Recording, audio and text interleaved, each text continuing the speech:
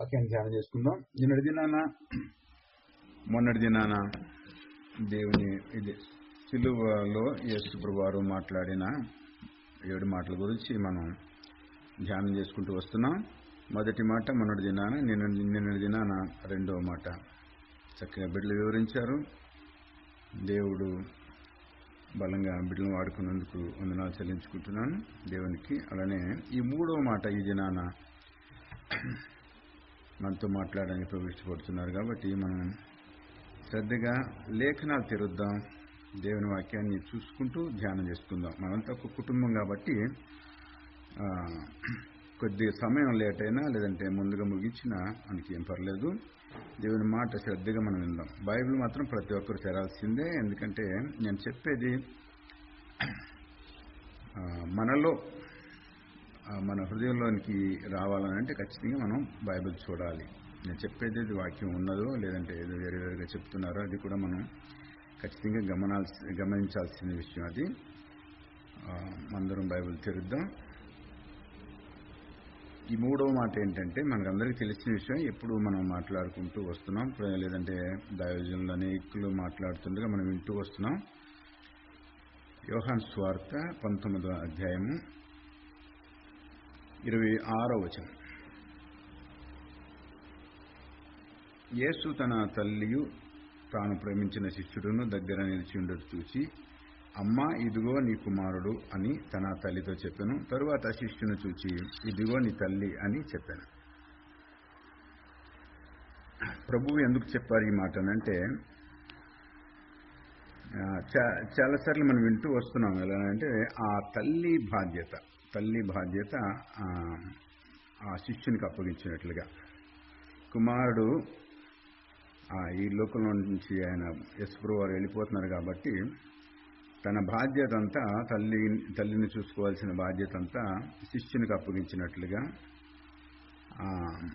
తల్లికేమో ఆదరణగా ఉండడానికి శిష్యుని తల్లికి అప్పగించినట్లుగా మనం చూస్తున్నాం. అక్కడ చాలామంది దైవజనులు ఇలా చెప్పుకుంటూ వచ్చారు, మనం వింటూ వచ్చాం. అది మనకి క్రొత్త ఏమి కాదు. కాకపోతే ఏంటంటే దేవుడు యేసు ప్రభు వారిని మన కొరకు ఎందుకు పంపించారనంటే, ఈ లోకానికి మన ఈ లోక పాపాన్ని, లోకంలో ఉన్న ప్రతి వ్యక్తి పాపాన్ని భరించి మనందరినీ పరిశుద్ధపరిచి ఏ ఒక్క ఆత్మ నశించిపోవడానికి ఇష్టం లేక ప్రభువు ఏం చేశారనంటే యేసు ప్రభు వారిని ఈ లోకానికి పంపించారు. తన కుమారుడైన ప్రభువుని ఈ లోకానికి పంపించి మన పాప భారాన్ని ఆయన మీద వేయడానికి ప్రభువు ఇష్టపడ్డారు. ఆయన అది తండ్రి అభీష్టమాయను అని మనం యెషయా గ్రంథంలో మనం చూస్తాం. యెహోవాకు ఇష్టమాయను అన్నట్లుగా ఈయన యేసు ప్రభు వారు శ్రమలు అనుభవించడం, శిలువలో శ్రమలు అనుభవించడం ఎవరికి ఇష్టమైందంటే తండ్రి అయిన దేవునికి ఇష్టమైన పని. ఎందుకంటే మన సమాధానార్థమైన శిక్ష ఆయన మీద పడింది కాబట్టి మనం ఆ శిక్ష నుండి తప్పించబడ్డాం. మనకు మన పాపానికి రావాల్సిన, మన పాపం ద్వారా మనకు రావాల్సిన శిక్ష యేసు ప్రభు వారు భరించి మనకు విడుదలనిచ్చారు. మనం స్వతంత్రులుగా మార్చబడ్డాం. ఎలా మార్చబడ్డాం అని అంటే, మనం ఏదో కష్టపడి లేదంటే మనం ఏదైనా వ్యయం చెల్లించి, ధనం చెల్లించి, అయితే మన శక్తిని బట్టి, మన ప్రార్థనను బట్టి, మన యుక్తిని బట్టి, మన అధికారాన్ని బట్టి కాదు. కానీ దేవుడు ఆయన ప్రేమ ద్వారా, ఆయన కృప ద్వారా యేసు ప్రభు వారిని బలిగా అర్పించేసి మన పాపానికి క్రయధనముగా ఆయన ఆ శిక్షణ భరించి మనకు విడుదల చేశారు. ఆయన ఈ లోకానికి వచ్చింది చూద్దాం. లూకా సువార్త 2వ అధ్యాయం. లూకా సువార్త 2వ అధ్యాయము చూస్తున్నాను నేను.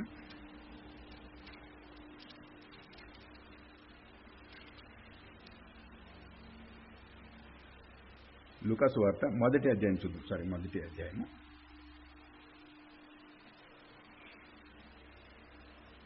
42వ వచనం. స్త్రీలలో నీవు ఆశీర్వదింపబడిన దానవు, నీ గర్భఫలమును ఆశీర్వదింపబడును.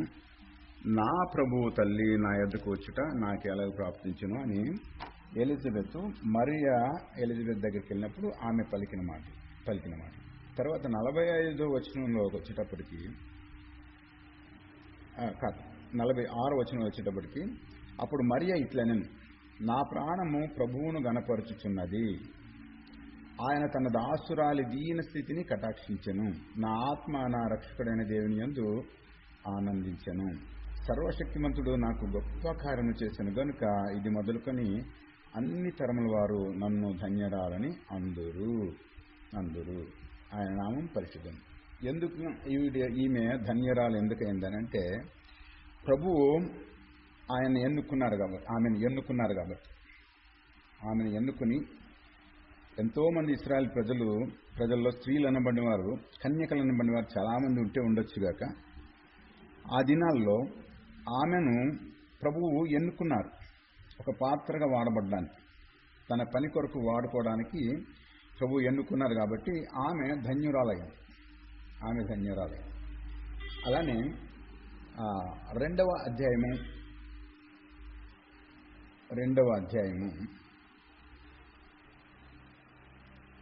వచనం, దావీదు పట్టణమందు నేడు రక్షకుడు మీ కొరకు పుట్టి ఉన్నాడు, ఈయన ప్రభువైన క్రీస్తు. ఈయనెవరు? ప్రభువైన క్రీస్తు. ఓకే,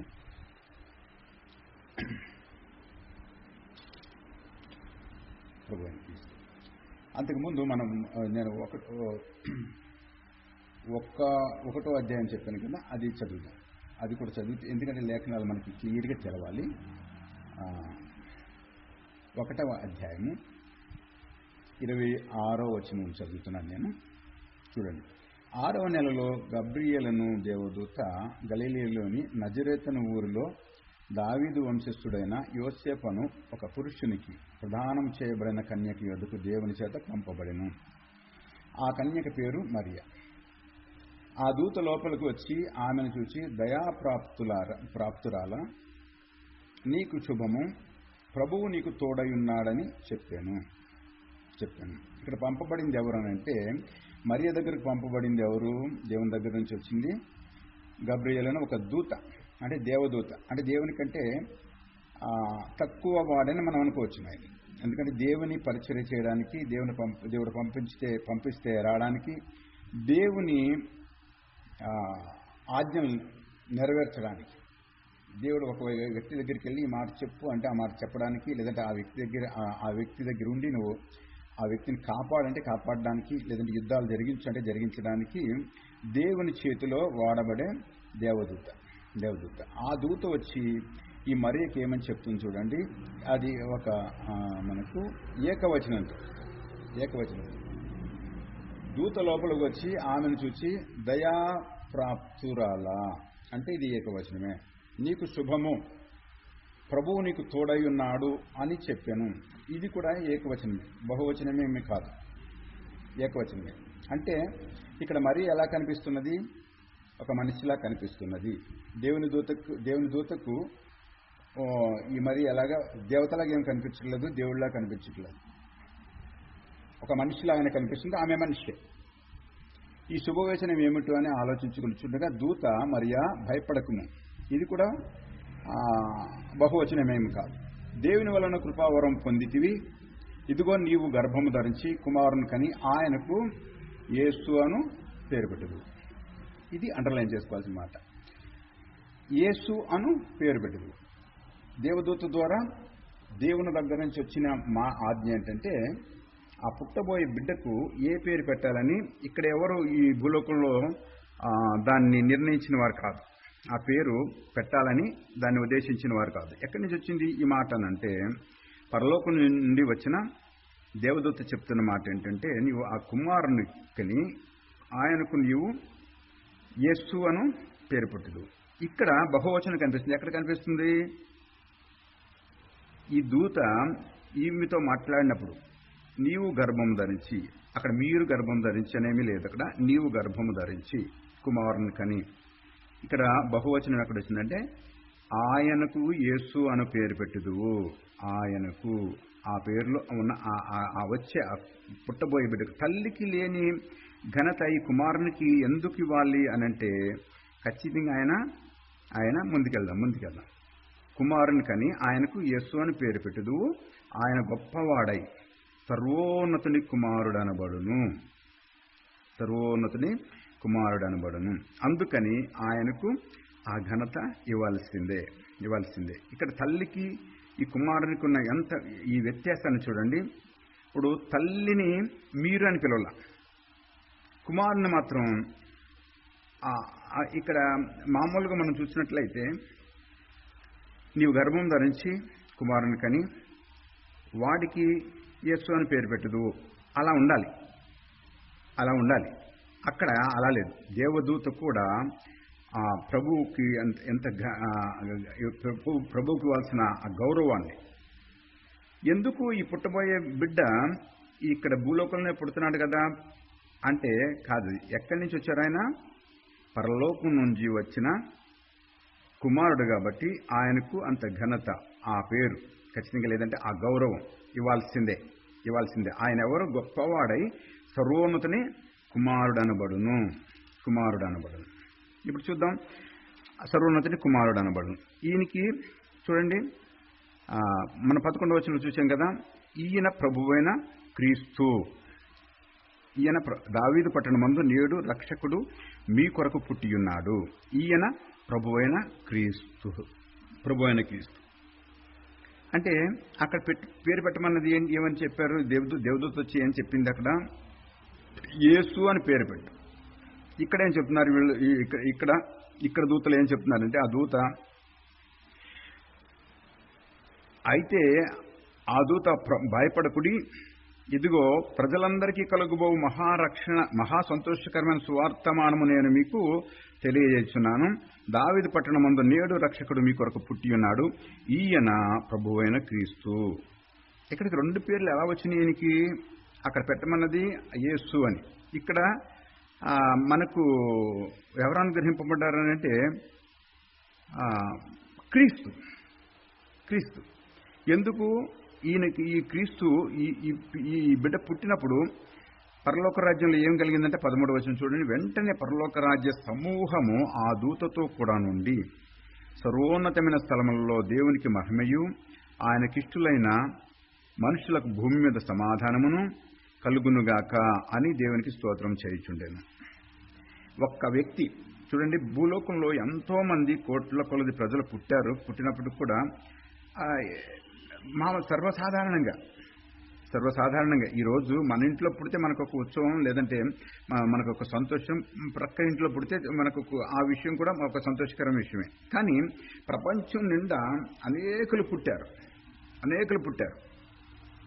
కానీ ఎవరికి లేని ఈ ఘనత ఎందుకని ఈయనకనంటే, ఆయన చూడండి, సర్వోన్నతమైన స్థలములలో దేవునికి మహిమయు. ఈయన పుట్టుక దేవునికి మహిమ, ఆయనకిష్టులైన మనుషులకు కూడా భూమి మీద సమాధానము.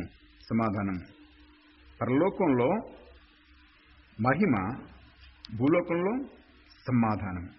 ఒక వ్యక్తి పుడితే ఆ వ్యక్తి ఎవరై ఉండొచ్చు అనంటే, ఆయన దేవుని ద్వారా పేరు పెట్టబడిన యేసు. అలానే ప్రభువు కుమారుడై ఉన్న క్రీస్తు. ఇప్పుడు దేవుడు ఎలా ఉన్నాడు అని అంటే మనం చూద్దాం. దేవుడు మనం ఆలోచిస్తే ఆదికాండం అంటే అన్ని చదవద్దు అనుకోండి. అసలు ఆదికాండంలో ప్రభువు ఆ తండ్రి అయిన దేవుడు మనల్ని ఏ విధంగా చేశాడనంటే, ఆయన రూపంలో, ఆయన పోలిక చొప్పున, అంటే దేవుని వల్లే మనం ఉన్నాము అన్నట్లుగా దేవుని వల్లనే చేసేసారు. ఎవరిని? ఆదామును చేశారు.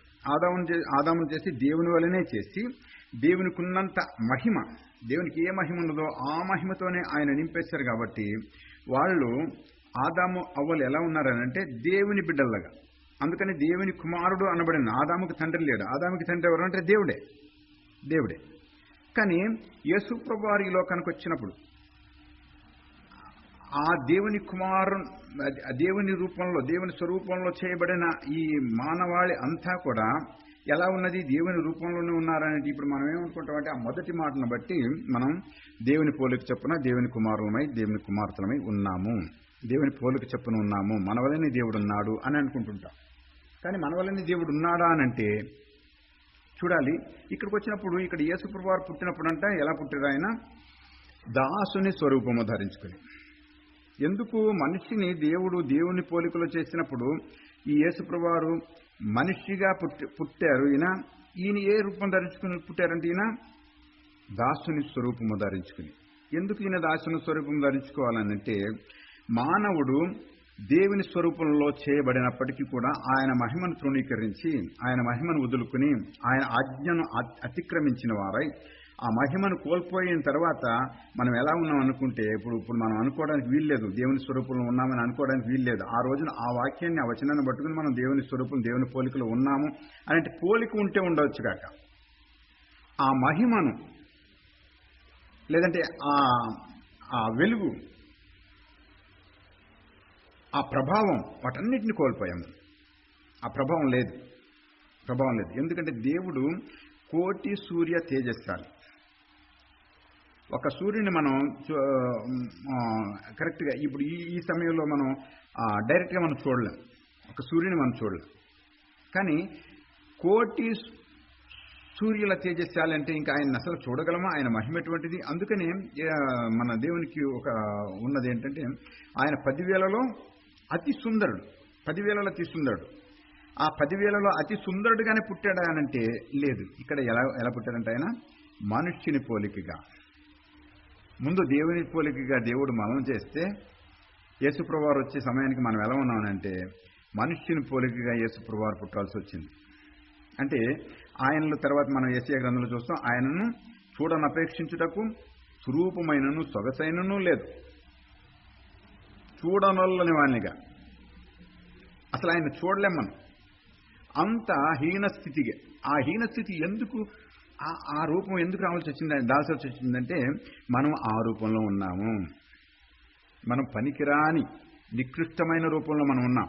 దేవుని పోలిక చొప్పున ఉన్నామని అనుకుంటూనే ఉన్నాం. కానీ ఆ వచనం చూసుకుంటూ ఆ పోలికలో మనం లేం. ఏ పోలికలో ఉన్నాం మనం? దాసుని స్వరూపంలో, మనుషులు చూడనొల్లని వానిగాను. నిజంగా మనం దేవుని ఆజ్ఞను అతిక్రమించకుండా ఉండుంటే ఎలా ఉండేవాళ్ళం? దేవుడు ఆ యేసుప్రభు వారు ఎలాగ 10,000లో అతి సుందరుడు. ఆ సౌందర్యాన్ని కలిగి ఉంది. మనం ఆ సౌందర్యాన్ని అంతటినీ కోల్పోయి మనం ఎలా ఉన్నామనంటే ఆయన చూడనొల్లని వానిగా, స్వరూపమైన లేదంటే ఆయన సొగసైన లేదు. అసలు ప్రజలు అపేక్షించినట్లుగా ఆయనలో స్వరూపము సొగసు ఏదీ లేదు. మొత్తం కోల్పోయారు. ఎందుకు కోల్పోయారనంటే మన స్వరూపాన్ని ధరించుకుని పుట్టారు కాబట్టి. ఆయన యేసు. ఆయనకు యేసు అని పేరు పెట్టాలి. యేసు అని పేరు పెట్టిన తర్వాత ఆయన ఈ లోకానికి వచ్చినప్పుడు గొప్ప కార్యాలు 30 సంవత్సరాలు ఆయన మరియ దగ్గర పెరుగుతూ యోసేపు ఆధ్వర్యంలో జీవిస్తూ 30 సంవత్సరాలు వారి ఆధీనంలో ఉండి వారికి విధేయులై ఆ కుటుంబంలో కావలసిన పనులన్నీ చేసుకుంటూ వచ్చారు ఆయన. తర్వాత 3.5 సంవత్సరాలు ఆయన దేవుని పని చేశారు. అప్పుడు మొదటి నుండి ఆయన చెప్తున్న మాట ఏంటంటే నా తండ్రి పని నేను చేయాలి, నా తండ్రి పని చేయాలి. ఒకసారి ఒక పండుగలో ఆయన తప్పిపోతే అక్కడ ఆయన తల్లి యోసేపు ఇద్దరు వచ్చినప్పుడు అక్కడ ఏమంటారు అంటే ఆయన ఎందుకు వెతుకుతున్నారు నన్ను? నేను నా తండ్రి పనుల మీద ఉండాలని మీకు తెలియదా అని, ఉండాలి అని ఒకసారి. రెండోసారి కానా విందులో ద్రాక్షారసం అయిపోతే ఆమె కంగారు పడిపోతుంటే అమ్మ ఎందుకు నన్ను తొందర పెడుతున్నావు, నా సమయం ఇంకా రాలేదని. అలాగా ఆయన తన తండ్రి పని మీద ఒకసారి అయితే, మూడోసారి అయితే ఒకసారి ఆయన చాలా ప్రజల్లో వాక్యం బోధిస్తుండగా ఆయన దగ్గరకు రావడానికి కూడా వీలు లేనంత ప్రజలు గుమిగూడి ఉండగా మరియా ఆమె కనిన ఇంకా మిగతా బిడ్డలు వచ్చినప్పుడు ఎవరో చెప్తారు, ప్రభువా నీ తల్లి నీ సహోదరులు వచ్చి బయట నుంచున్నారు, నిన్ను చూడాలనుకుంటున్నారు, లేకపోతే నీతో మాట్లాడాలనుకుంటున్నారు అంటే ఎవరు నా తల్లి, ఎవరు నా సహోదరులు? నా మాటలు ఎవరైతే వింటున్నారో వాళ్ళే నా తల్లి నా సహోదరులని చెప్పినట్లే మనం చూస్తాం. చెప్పినట్లు అలా విడిచిపెట్టిన ఆ ప్రభు ఇక్కడికి వచ్చేటప్పటికి శిష్యుడికి తల్లిని అప్పగించినట్లుగా, తల్లిని శిష్యుడికి అప్పగించినట్లుగా మనం చూస్తున్నాం ఈ వచనాల్లో. ఇప్పుడు మనం ఏమనుకుంటున్నామనంటే, ఒక తల్లి బాధ్యత, ఈయన వెళ్ళిపోతున్నాడు కాబట్టి శిష్యునికి అప్పగించాడు. ఏంటి ఆ బాధ్యత?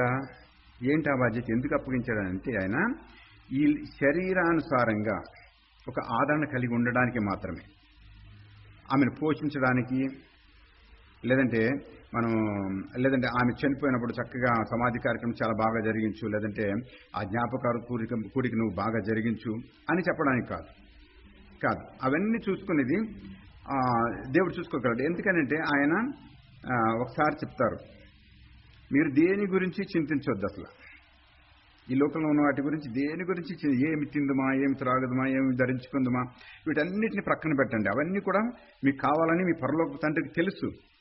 ఆయన ఇస్తారు, మీకు ఆయన ఇస్తారు. ఆకాశ పక్షులు చూడండి, అవి కొట్లలో నింపుకొనవు, ధాన్యాన్ని దాచిపెట్టుకొనవు, అయినను వాటిని పోషిస్తున్న తండ్రి మిమ్మల్ని పోషించరా, వాటికంటే మీరు శ్రేష్ఠులు కారా అని ప్రభువు చెప్పారు మనకు. ఈమె పోషణ గురించి ప్రభువు చెప్తున్నారని మనం ఎలా అనుకోవాలి? ఇక్కడ మామూలు మనం ప్రజలం అయితే ఏమనుకుంటాం, ఏం చేస్తుంటామంటే, ఒక్కొక్కసారి ఏదన్నా మనకు ఒక బలహీనత వచ్చిందనుకోండి, బలహీనత వచ్చినప్పుడు లేదా ఎదుటి వారికి బలహీనత వచ్చింది అనుకుంటాం. ఎదుటి వారికి ఎవరికో బలహీనత వచ్చినప్పుడు నా దగ్గరకు వచ్చారు, ఇలా వరప్రసాద్ దగ్గర ప్రార్థన చేయండి అని అన్నారనుకోండి. ప్రార్థన చేయండి అన్నప్పుడు నేనేమంటానంటే, విశ్వాసం ఉంచండి, మీరు విశ్వాసం వస్తే దేవుడు గొప్ప కార్యం జరిగిస్తారు. ఎందుకు హాస్పిటల్కి వెళ్ళక్కర్లేదు, మీరు విశ్వాసం ఉంచండి చాలు అని చెప్పేస్తాను నేను. ఎందుకంటే వేరే వాళ్ళకి వచ్చింది కాబట్టి. అది నాకు వచ్చింది అనుకోండి, నా ఇంట్లోకి వచ్చింది అనుకోండి, లేదంటే అప్పుడు నేనేం చేస్తాను, విశ్వాసం ఉంచి ప్రార్థన చేస్తాను. అయినప్పటికీ కూడా అర్జెంటుగా మనం హాస్పిటల్ చూస్తుంటాం. అంటే మానవ మాత్రలో మనం చేస్తున్నాం. కానీ ప్రభువు అక్కడ మీరు ఏమీ కూర్చుకోనక్కర్లేదు, మీ చింత యావత్తు నా మీద వేయండి అని అన్న ఆ ప్రభువు ఆ పోషణ కొరకు ఈమెను ఆ శిష్యుడికి అప్పగించారంటారా? లేదు. ఆయన ఏం చెప్తే, ఆయన స్వభావానికి విరుద్ధంగా ఆయన ఏమీ చేయరంట. లేఖనాలు ఆయన చూపించే కొద్దిగా లేట్ అవుతుందని నేను లేఖనాలు చూపించట్లేదు. ఆయన స్వభావానికి విరుద్ధంగా ఆయన ఏమీ చేయలేరు కూడా. ఎందుకంటే ఆయన స్వభావం ఎటువంటిది? ఆయన ప్రేమించే స్వభావం ఆయనది. ఆయన వాగ్దానం చేస్తే నెరవేర్చే స్వభావం ఆయనది. ఆయన మాట పలికితే అబద్ధం లేనిది, అంటే సత్యమే పలికే వ్యక్తి ఆయన. అబద్ధం అన్నది ఆయనలో ఏమాత్రం లేదు. అలానే ఆయనలో ఇంకేమున్నదంటే, ఏ ఒక్క ఆత్మ నశించిపోవడానికి ఇష్టం లేని స్వభావం. అలానే ప్రతి ఒక్కరూ నిత్య జీవాన్ని పొందుకోవాలన్న ఆ స్వభావం ఎవరికి ఉన్నదంటే మన దేవునికి ఉన్నది. దేవుని స్తోత్రం కలుగుగాక. ఆ స్వభావానికి విరుద్ధంగా ఆయన ఏమి చేయరు. అక్కడ మనకు ఒక చెప్పి ఆయన కుటుంబం దగ్గరకు వచ్చేటప్పుడు ఇంకొక పని చేస్తే దేవుడు కాదు ఆయన. అక్కడ మీరేమి అసలు మీ చింత యావత్తు నా మీదే చేయండి అన్నారు ఆయన. అన్న వ్యక్తి ఈ శిష్యుని మీద భారం వేస్తారా? లేదు. అది ఆదరణ కొరకు, అంతే, ఆదరణ కొరకు. ఎందుకనంటే మరియకు అప్పటి వరకు యేసు ప్రభువారు కుమారుడిగా ఉన్నారు. కానీ ఆ దినాన్న ఆ తండ్రి పని సంపూర్తి చేసి ఆయన పరలోకానికి మరలా వెళ్ళిపోయే సమయం తటస్థించినప్పుడు, అప్పుడు ఆమె బాధ్యతను పెంచేయమని, లేదంటే ఏదో ఆమెను సంరక్షించమని కాదు, కానీ ఆమెకు ఆదరణగా తోడుగా ఉండడానికి ఆ శిష్యుని తనకు కుమారునిగా, ఆ శిష్యుడికి ఈమెను తల్లిగా మిగతా బాధ్యతలన్నీ చూసుకునేది అంతా కూడా ప్రభు చూస్తారు. ఎందుకంటే ఆమెకు కుమారులు లేకపోలేదు, ఇంకా వేరే కుమారులు ఉన్నారు. అయినప్పటికీ కూడా యేసు వంటి కుమారుడు, అంటే యేసు ఉన్న స్థానంలో ఎవరున్నారో, యేసు ఉన్న స్థానంలో ఇంకొక కుమారుని తీసుకొచ్చి పెట్టలేరు. ఆ కుమారుడి స్థానం ఆ కుమారుడికి ఉన్నది, ఇంకో కుమారుడు ఉంటే ఆ కుమారుడి స్థానం ఆ కుమారుడికి ఉన్నది. కాబట్టి ఈయన్ని యేసు ప్రభువారి స్థానంలో ఉండమని మాత్రం చెప్పారన్నంతే. చెప్పాను, నువ్వు బాగా జాగ్రత్తగా చూసుకోమ్మా అని చెప్పాల. ఈయన నీ కుమారుడు, ఈమె నీ తల్లి ఇంతవరకు చెప్పారు. కానీ నీవు చాలా జాగ్రత్తగా చూసుకోవాలి, పోషించాలి, ఈ మాటలు చెప్పలే. దాని గురించి మనం ఆలోచించాల్సిన పని కూడా లేదు. ఎందుకంటే సర్వాన్ని ఎరిగిన దేవుడు ఆయన, సర్వ సృష్టికర్త. ఆయన ఈరోజు చనిపోతున్నారు, నిజమే. ఆయన అంతకుముందు చెప్తూ వచ్చారు ఏమని, నేను చనిపోతాను, మరణం నుండి తిరిగి 3వ దినాన లేస్తానని వాగ్దానం చేసింది దేవుడు. ఆయన 3వ దినాన లేచే దేవుడు అయినప్పుడు ఈమెను పోషించలేరా? ఈమెను సంరక్షించలేరా? పోషించగలరు, సంరక్షించగలరు. కానీ ఈ లోకంలో తనకు ఆదరణగా ఉండడానికి ఆ దినాన ఆమె హృదయంలోనికి ఆ ఈట దూసుకుపోద్దని మనం ఎక్కడ లూకాసు వార్త 2వ అధ్యాయం మనం చూసాం కదా. ఆ రోజు ఆ దినాన ఆ బాధపడుతున్న ఆ హృదయానికి ఆదరణ కలగడానికి ప్రభు ఆయన్ని అక్కడ అప్పగించినట్లుగా మనం చూస్తున్నాం. దేవుని స్తోత్రం కలుగుగాక, దేవుని స్తోత్రం కలుగుగాక. హల్లెలూయా. ఎందుకనంటే అదే లూకాసు వార్త చూద్దాం. లూకాసు వార్త 11వ అధ్యాయము. ఎందుకనంటే మనం యేసు వారు శిలువలో పలికిన మాట కాకుండా వేరు ఎందుకు ధ్యానిస్తున్నాం అని అంటే ఖచ్చితంగా ధ్యానించి తీరాల్సిందే. విషయం తెలవాలి అని అంటే మనం ధ్యానించాల్సిందే, తప్పదు. ఓకే, 11వ అధ్యాయము లూకాసు వార్త 11వ అధ్యాయము. దీనికంటే సరే ఒక్కసారి కొద్దిగా క్షమించండి. ముందు మనం ఏది చూడాలంటే యోహాను సువార్త. సారీ, మిమ్మల్ని బైబిల్ ఎక్కువగా తిప్పించేస్తున్నట్టున్నాను. యోహాను సువార్త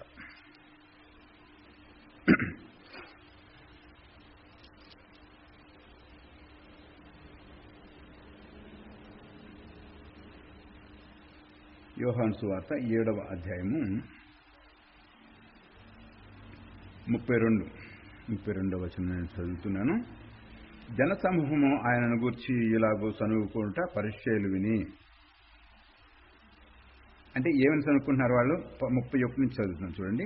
మరియు జనసమూహములో అనేకులు ఆయన యందు విశ్వాసముంచి క్రీస్తు వచ్చినప్పుడు ఈయన చేసిన వాటికంటే ఎక్కువ సూచక క్రియలు చేయునా అని చెప్పుకున్నారంట.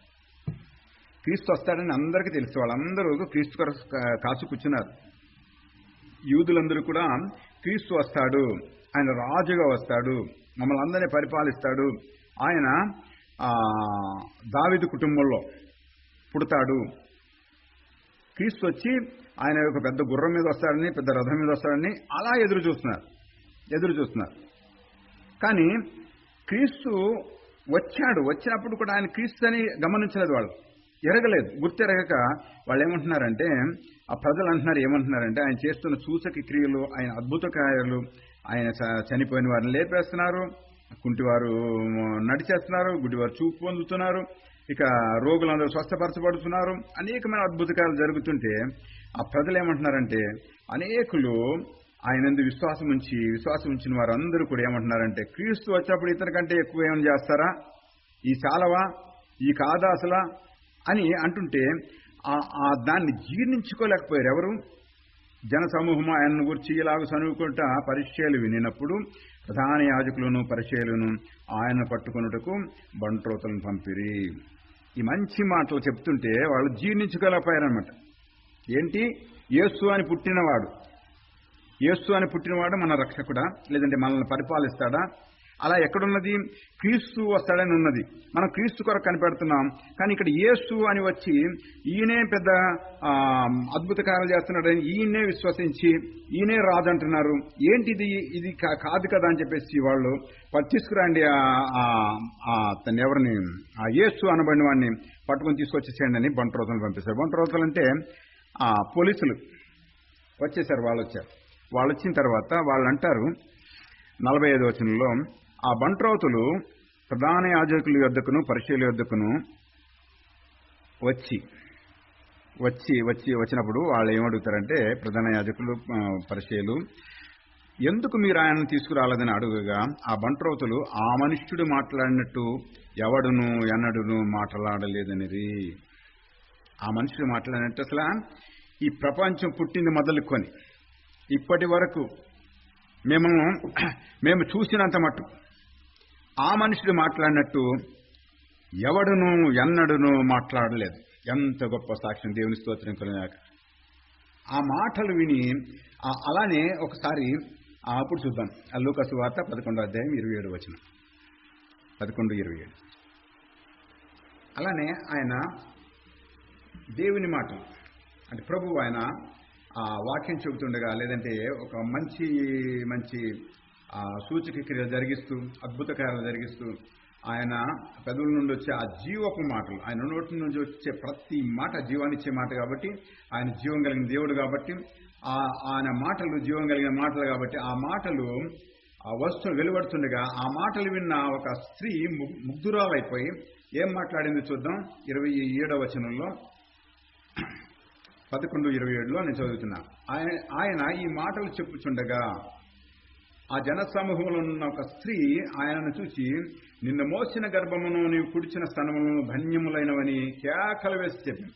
పెద్దగా అరిసి చెబుతుంది, యేసు నిన్ను మోసిన ఆ గర్భం ధన్యమైనది, నువ్వు కుడిచిన ఆ స్తనములు ధన్యములైనవి అని చెప్పింది. ఎందుకనంటే ఆ మాటలు విన్నప్పుడు అసలు ఈయన నా కుమారుడిగా పుట్టుంటే ఎలా ఉండేది, అసలు నా గర్భంలో పుట్టుంటే ఎలా ఉండేది అసలు అని ఒక రకమైన ఆ తలంపులు, ఒక రకమైన ఆలోచనలు.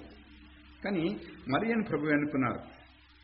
మరియే చాలు ప్రభువు, ఇంకొకలా అనుకోకలేదు. ఇప్పుడు మనం కూడా చూడండి, ఒక్కొక్కసారి మనం ప్రార్థన చేసేటప్పుడు లేదంటే ఏదైనా మాట్లాడేటప్పుడు నన్ను పౌలుగా చేసేయండి ప్రభు అని ప్రార్థన చేస్తుంటాం. అయితే ఇంకొకరిని పౌలుగా చేయండి, పౌలు వల్లే వాడుకోండి ప్రభా, పౌలులాగా చేయండి, పేతురులా చేయండి, యోహానులా చేయండి. అక్కర్లా, ప్రభువుకు పౌలు చాలు, పేతురు చాలు, యోహాను చాలు. ఎందుకనంటే వాళ్ళకు అప్పగించిన పని వాళ్ళు నెరవేరుస్తారు. కానీ నీకు నాకు అప్పగించిన పని ఏదుందో మనం మన పరిధిలో ఉండి ప్రభువు మనకు అప్పగించిన పనిని మనం తూచా తప్పకుండా జరిగించాల్సిందే. దాన్ని ప్రభు మెచ్చుకుంటుంటారు, లేదంటే దానికి ప్రభు సపోర్ట్ చేస్తుంటారు. మనకు ఎప్పుడు కూడా ఆయన కాపరిగా ఉంటారు మనల్ని నడిపించడానికి. ఈమె అంటున్నది, ఈ మాటలు అనగానే ప్రభు చెప్పిన మాట ఏంటంటే, ఆయన అవును గాని సరే అది కరెక్టే అయినప్పటికీ కూడా దేవుని వాక్యము విని దానిని గైకొని వారు మరిధన్యులని చెప్పాను. దేవుని వాక్యాన్ని వినమ్మా, నువ్వు దేవుని వాక్యాన్ని విని దాన్ని గైకొంటే నువ్వు మరిధన్యరాలవు. ఎందుకు ధన్యరాలు? మనం ఎందుకు ధన్యులు అవుతాం? ఈ మాటలు విని దాన్ని గైకొన్న వారు ఎందుకు ధన్యులు అవుతారనంటే, ఎందుకు ధన్యులు అవుతారు? యోహాను సువార్త 1వ అధ్యాయం 12వ వచనం మనకు అందరికీ అది బాగా తెలిసిన వచనం కదా. చూద్దాం. తన్ను ఎందరు అంగీకరించారో వారందరికీ, అనగా తన నామమునందు విశ్వాసముంచిన వారికి దేవుని పిల్లలగుటకు ఆయన అధికారం అనుగ్రహించను. ఎందుకు? ఎవరిని? ఆ యేసు అనబడిన ఆ మరియా గర్భంలోంచి వచ్చిన ఆ మనుష్యుని మనం అంగీకరిస్తే, ఆయన నామముందు విశ్వాసం ఉంచితే దేవుని పిల్లలగుటకు అధికారం అధికారం అనుగ్రహించను. ఈయనలో ఏమున్నది అనంటే, ఏమున్నది ఇంత అధికారాన్ని అనుగ్రహించడానికి అనంటే, అక్కడ మనం ఆయన మాటలో జీవం ఉన్నది, జీవం కలిగిన దేవుని కుమారుడని మనం ఇక్కడన్నా ఒప్పుకోవాలి. ఆయన ఎవరైనా మనం ఇక్కడన్నా ఆ యేసు ప్రభు వారు ఎవరంటే ఆయన జీవం కలిగిన దేవుడు, జీవం కలిగిన దేవుని కుమారుడని మనం ఇక్కడైనా ఒప్పుకోవాల్సిందే. ఎందుకనంటే ఆయన ఒకసారి చూడండి, మత్తయి సువార్త 16వ అధ్యాయం, ఎక్కువ వచనాలు చదువుతున్నాను అనుకోవద్దు, చూద్దాం.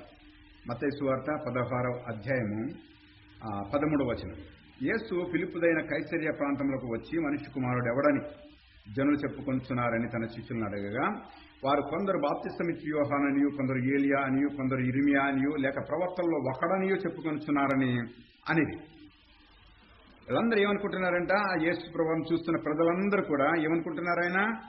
ఆయన గురించి ఏమనుకుంటున్నారు అంటే, కొందరు బాప్తిస్మమిచ్చి యోహాన్ అంటున్నారంట, కొందరు ఏలియా అంటున్నారంట, కొందరు ఇర్మియా అంటున్నారంట, లేదా ప్రవక్తల్లో ఎవడో ఒకడులే అని అనుకుంటున్నారంట. ప్రవక్తల్లో ఒకడు అనుకుంటున్నారు, దేవుళ్ళలో ఒక దేవుడు అన్నట్లుగా, దేవతల్లో ఒక దేవత అన్నట్లుగా. కానీ మన ప్రభు చెప్పింది ఏంటంటే, ఆయన దేవుళ్ళలో నేను కూడా ఒక దేవుడిని అని అనలా. నేనే దేవుడను, నేను తప్ప వేరొకడు లేడు. ఆయన ఖచ్చితంగా, ఎందుకంటే ఉండాల్సిన దేవుడు ఆయన. దేవుడు అని అనిపించుకునే హక్కు, అర్హత కలిగింది ఎవరనంటే మన దేవుడు, జీవం కలిగిన దేవుడు. దేవుని స్తోత్రం కలిగినాక అంత గొప్ప దేవుణ్ణి దేవుడిగా ఎవరు గుర్తెరిగారంటే ఆ దినాన్ని చూద్దాం. అందుకు ఆయన, మీరైతే నేను ఎవడని చెప్పుకుంటున్నారని వారిని అడిగాను, శిష్యులను అడిగారు. అడిగితే అందుకు సీమోను పేతురు, నీవు సజీవుడకు దేవుని కుమారుడు అయిన క్రీస్తు అని చెప్పాను. ఏం చెప్తున్నారు ఈయన? సజీవుడకు దేవుని కుమారుడు అయిన క్రీస్తు అని. ఈయనకి ఎలా తెలిసింది? ఈయన పేరేంటి అసలు? యేసుప్రభువారి పేరు అది నాన్న. గబ్రియల్ దూత చెప్పింది కూడా ఏమని చెప్పింది? యేసు అని పేరు పెట్టమని. ఇక్కడ యేసు అన్న పేరు తీసేసి ఈయన ఏమంటున్నాడు? ప్రజలందరూ కూడా యేసు అనుకుంటున్నారు. యేసే మన కొరకు వచ్చేవారు ఎవరు? క్రీస్తు రావాలి, మనం పరిపాలించడానికి క్రీస్తు రావాలని క్రీస్తు కొరకు ఎదురు చూస్తున్న ఆ దినాల్లో పేతురు ఏమంటున్నాడంటే, నువ్వు సజీవుడకు దేవుని కుమారుడు అయిన క్రీస్తువు ఉన్నట్లుగా చెప్పేశాడు. ఎందుకు అంటే పరలోకంలో ఉన్న తండ్రి ఆయనకు ఈయన బయలుపరిచారు. మనకు బయలుపరిచారు దేవుడు. ఏమండి, దేవుడు మనకు బయలుపరిచుంటే ఇంకా మనం ప్రభువుని ఎలా చూస్తున్నాం? ఆయన దాసుని స్వరూపంలో వచ్చారు, దీన స్వరూపంలో వచ్చారు, ఎవరు చూడనల్లి వానిగా ఉన్నారు. ఆయన చూడడానికి అసలు ఆ సొగసైనను స్వరూపమైనను లేదు. అలా చూస్తున్నాం, ఇంకా అలానే చూస్తున్నామా? అలా చూడడానికి వీల్లేదు. ఆయన ఎవరు ఇప్పుడనంటే, ఆయన క్రీస్తు, దేవుని కుమారుడు, సర్వోన్నతుడైన దేవుని కుమారుడు. ఆయనకు సర్వాధికారము ఇవ్వబడింది. ఇప్పుడు ఆయన మనం ఎలా చూడాలనంటే, మన దేవుడు దాసుని స్వరూపము ధరించుకుని ఇక్కడ ఏదో మనకు పరిచర్య చేయడానికి వచ్చారు అన్నట్లుగా మనం చూడడానికి వీల్లేదు. ఇప్పుడు ఆయన ఎలా చూడాలి మనం అంటే, ఆయన యూదా గోత్రపు కొదమ సింహము.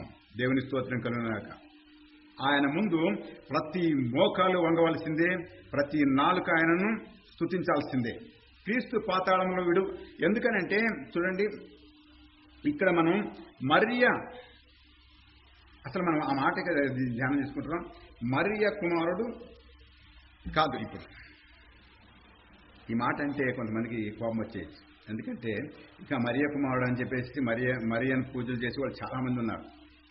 యేసుప్రభు వారు మరియ కుమారుడని. నిజమే, మరియ కుమారుడే. ఆమె గర్భంలో పుట్టడం తప్పలేదు. ఎందుకంటే మానవ శరీరం ధరించుకుని ఆయన రావాల్సిందే. ఎందుకంటే మనలో ఆయన ఒక్కనిగా వచ్చాడు. ఆయన దేవుడైనందుకు ఆయన సమస్తాన్ని చేయగలడు. అందుకనే ఈ క్రియలన్నీ జరిగించారని మనం అనుకుంటామే. మనం చెప్పేసి ఆయన ఎలా వచ్చారని అంటే, ఈ మానవుడు ఈ లోకంలో పాపం చేయకుండా ఉండగలడా అనంటే ఉండలేడు అని మనుషులు చెబుతూ ఉన్నారు. మానవుడు పాపం చేయకుండా ఉండలేడు, అది మానవుని నైజం, అది మానవుని పుట్టుకతో వచ్చేసింది. అది ఎప్పుడో ఆదాం చేశాడు కాబట్టి మేము చేస్తున్నాం అన్నట్లుగా మనుషులు చెప్తుంటే, మానవుడు పాపం చేయకుండా ఉండగలడు అని నిరూపించడానికి, లేదంటే దాన్ని ఆ మాదిరి మనకు చూపించడానికి యేసుప్రభువు వారు మన వలె ఆ దాసుని స్వరూపం ధరించుకుని ఆ పరలోకంలో ఉన్న మహిమ ఏమాత్రం తెచ్చుకోకుండా ఆయన రిక్తునిగా ఈ భూమి మీదకి వచ్చి, ఈ భూమి మీద ఏమి లేనివాడుగా జీవించి, ఆయన ఈ లోకంలో ఉన్నప్పుడు మనిషికి సంబంధించినవన్నీ ఉన్నాయి, ఒకటి తప్ప. ఆయనకి ఆకలి ఉన్నది, ఆయనకి నిద్ర ఉన్నది, ఎవరైనా కొడితే ఆయనకి రక్తం వచ్చింది, ముళ్ళకి పెట్టినప్పుడు రక్తం కారిపోయింది, ముళ్ళంతా వాచిపోయింది. దేవుని స్వరూపాన్ని ధరించుకుని ఆయన నిజంగా దేవుని స్వరూపమే ధరించుకుని వచ్చుంటే ఎవరన్నా ముట్టుకోగలరా? ఆయన దగ్గరికి ఎవరన్నా వెళ్ళగలరా? ఎవరు వెళ్ళలేరు. కానీ మానవ ఆయన 100% ఆయన మానవుడిగా ఈ భూలోకానికి వచ్చి ఆయన పాపము లేనివాడిగా మనిషి జీవించగలడు. నావలే జీవిస్తే, అందుకని నన్ను పోలి నడుచుకోండి అని ప్రభు చెప్పింది. ఆయన పోలి నడుచుకుంటే ఈరోజు చూడండి, మనం ఈ బైబిల్లో ఉన్నది కదా, ఈ యేసుప్రభు వారి జీవితం ఏముంది కదా, యేసుప్రభు వారిని పోలి మనం నడుచుకుంటే మనకు అసలు ఏ బోధ అక్కర్లేదు. ఇంకోటి మనం ఏ కార్యాలు, ధర్మకార్యాలు, పుణ్యకార్యాలు ఏమి చేయక్కర్లేదు. ఎవరిని పోలి నడుచుకోవాలి? యేసు ప్రభువారిని పోలి నడుచుకోవాలి. అలానే కొంతమంది శిష్యులు పోలి నడుచుకున్నారు కాబట్టి వాళ్ళు కూడా ధైర్యంగా నన్ను పోలి నడుచుకోండి అని చెప్పగలిగారు. ఈరోజు మనం దేవుని బిడ్డలైన మనం ఎవరిని పోలి నడుచుకోవాలి? మనం యేసు ప్రభువుని పోలి నడుచుకోవాలి. ఆ యేసు ప్రభువుని పోలి నడుచుకుంటే చాలు, పరలోక రాజ్యం మనదే. ఆయన నడుచుకున్నారు కాబట్టి ఆయన ఎక్కడున్నారంటే ఆయన అన్ని నామముల కంటే పైనామం కలిగిన వాడే. ఎక్కడున్నారో చూద్దాం. ముగించేస్తాను, ఇంకా ముగిస్తాను.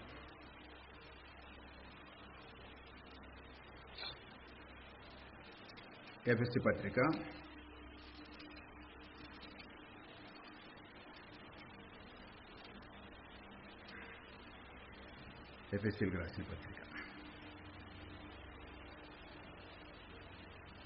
9వ వచనం చదువుతున్నా. ఆరోహణమైనగా ఆయన భూమి యొక్క క్రింది భాగంలో దిగినని అర్థమిచ్చుతున్నది కదా. దిగినవాడు తానే సమస్తమును నింపునట్లు ఆకాశ మండలములన్నిటికంటే మరి పైకి ఆరోహణమైన వాడునై ఉన్నాడు. మనమందరము విశ్వాస విషయంలోను దేవుని కుమారుని గురించిన జ్ఞాన విషయంలోను ఏకత్వము పొంది, మనం ఏం కలిగి ఉండాలి? ఆయన విశ్వాస విషయంలోను దేవుని కుమారుని గురించిన జ్ఞాన విషయంలోను. మనం ఎప్పుడు కూడా అజ్ఞానంగా ఉండి ఆ యేసు ఇలానే ఉన్నాడని మనం అనుకోవడానికి వీల్లేదు. ఇప్పుడు ఎలా ఉన్నారైనా దేవుని కుమారుని గురించిన జ్ఞాన విషయంలో ఏకత్వం పొంది సంపూర్ణ పురుషుల మగ్గు వరకు, అనగా ఇక్కడ చూడండి, యేసునకు కలిగిన సంపూర్ణతకు సమానమైన సంపూర్ణత కలవారమగు వరకు. తప్పు చదివానా?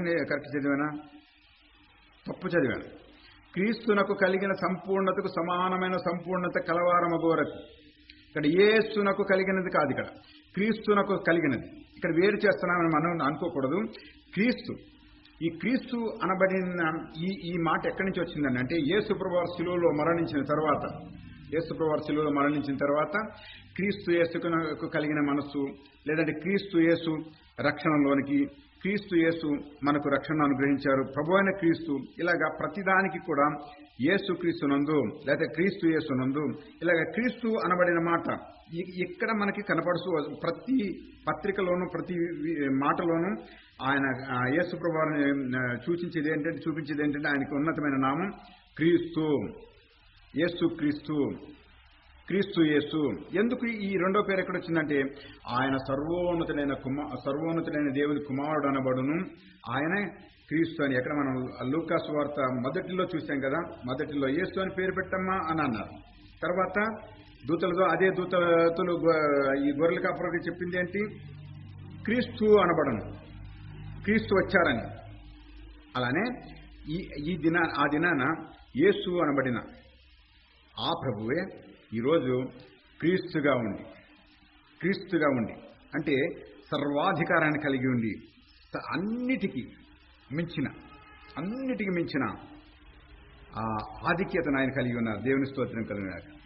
అందుకనే ఆయన ముందు సర్వము లోబడవలసిందే, సర్వ సృష్టి ఆయనకు లోబడవలసిందే. చూడండి, ఇక్కడ చూద్దాం. రోమపత్రిక 3వ అధ్యాయము 32వ వచనం. అది యేసుక్రీస్తునందలి విశ్వాస మూలమైనదై నమ్మువారికి అందరికీ కలుగు దేవుని నీతి అయి ఉన్నది. ఏ భేదము లేనది. అందరూ పాపం చేసి దేవుడు అనుగ్రహించు మహిమను పొందలేకపోతున్నారు. కాబట్టి నమ్మువారు ఆయన కృపచేతనే క్రీస్తు యేసునందలి విమోచనము ద్వారా ఉచితముగా నీతిమంతులని తీర్చబడుచున్నారు. ఉచితముగా క్రీస్తు యేసునందు. తన కింద చూడండి, క్రీస్తు యేసు రక్తమునందలి విశ్వాసం ద్వారా ఆయన కరుణాధారంగా బయలుపరచబడిను. ప్రతిదానికి క్రీస్తు యేసుక్రీస్తు. ఎందుకనంటే ఆ బాధ్యత, తల్లి బాధ్యత, అక్కడ వచ్చేసి నేను ముగించేస్తాను. తల్లి బాధ్యత ఎందుకు అప్పగించాల్సి వచ్చిందనంటే, ఆ తల్లి ఇప్పటి వరకు ఆమె ఎన్నాళ్ళ మోసింది మనం ఆలోచిస్తే 9 నెలలు గర్భంలో మోసింది. తర్వాత అప్పటి పిల్లలు బేగా నడిచేవారు కాదంట. అలాగని చెప్పేసి ఆయన ప్రభుని యేసు ప్రభువారిని ఒక 5-6 సంవత్సరాలు మోసి ఉండొచ్చు, ఎత్తుకుంటా దింపుతూ ఉండొచ్చు. కానీ ఇప్పుడు ఆయన మనందరినీ మోసే దేవుడు అయ్యాడు. దేవుని స్తోత్రం కలుగునాక. ఆ మరియను కూడా ప్రభువే మోస్తారనమాట. ప్రభు మోస్తారు. ఇక్కడి నుంచి ఆయన మరియ కుమారుడు కాదు. ఖచ్చితంగా చెప్పాలంటే యేసు ప్రభువు అంటే క్రీస్తు యేసు మరియ కుమారుడు కాదు, ఆయన సర్వోన్నతమైన దేవుని కుమారుడు. ఇప్పుడు ఆమె ఏమవుతుంది, మరి ఈ క్రీస్తుకు ఆమె ఏమవుతుందంటే మనవలనే ఆమె కుమార్తె. బాగా అర్థమవుతుందా మీకు? మనవలనే ఆమె కుమార్తె. మనమందరం దేవుని బిడ్డలు అంటున్నాం. మరి మరియా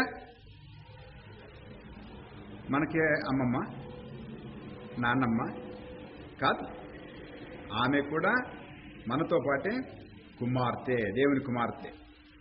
దేవుడు ఆ భారం అంతని, అందుకని ఆయన ప్రభు చెప్పిన మాట ఏంటంటే ప్రయాసపడి భారం మోసుకున్న సమస్త ప్రజలారా, క్రైస్తవులారా, లేదంటే భారతదేశ ప్రజలారా, అమెరికా దేశ ప్రజలారా అనలేదు ఆయన. భూలోకంలో ఉన్న సమస్త ప్రజలారా నా యొద్దకు రండి, నేను మీకు విశ్రాంతినిస్తానని చెప్పి అందరి భారాన్ని భరించగలిగిన సర్వశక్తివంతుడైన దేవుని యొద్దకు మనం వచ్చాం.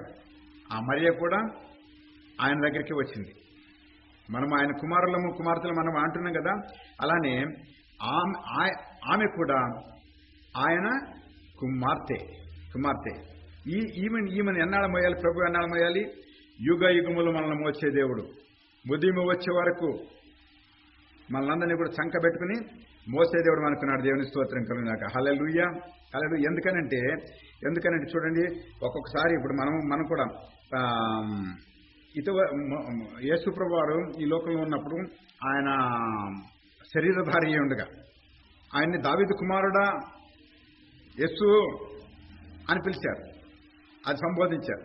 కానీ ప్రభువు ఆయన కోప్పడకుండా ఆ వచనాన్ని చూపించారు. ఏమనంటే చూడండి, లూకాసు వార్త 20వ అధ్యాయము 42వ వచనం. నేను నీ శత్రువులను నీ పాదములకు పాదపీఠముగా ఉంచు వరకు నీవు నా కుడిపార్శ్వన కూర్చుండుమని ప్రభువుతో చెప్పాను. ఎవరంటున్నారు? దావీదు అంటున్నాడు ప్రభువు అని. ప్రభువు నా ప్రభుతో చెప్పిన అని కీర్తన గ్రంథంలో దావీదే చెప్పి ఉన్నాడు.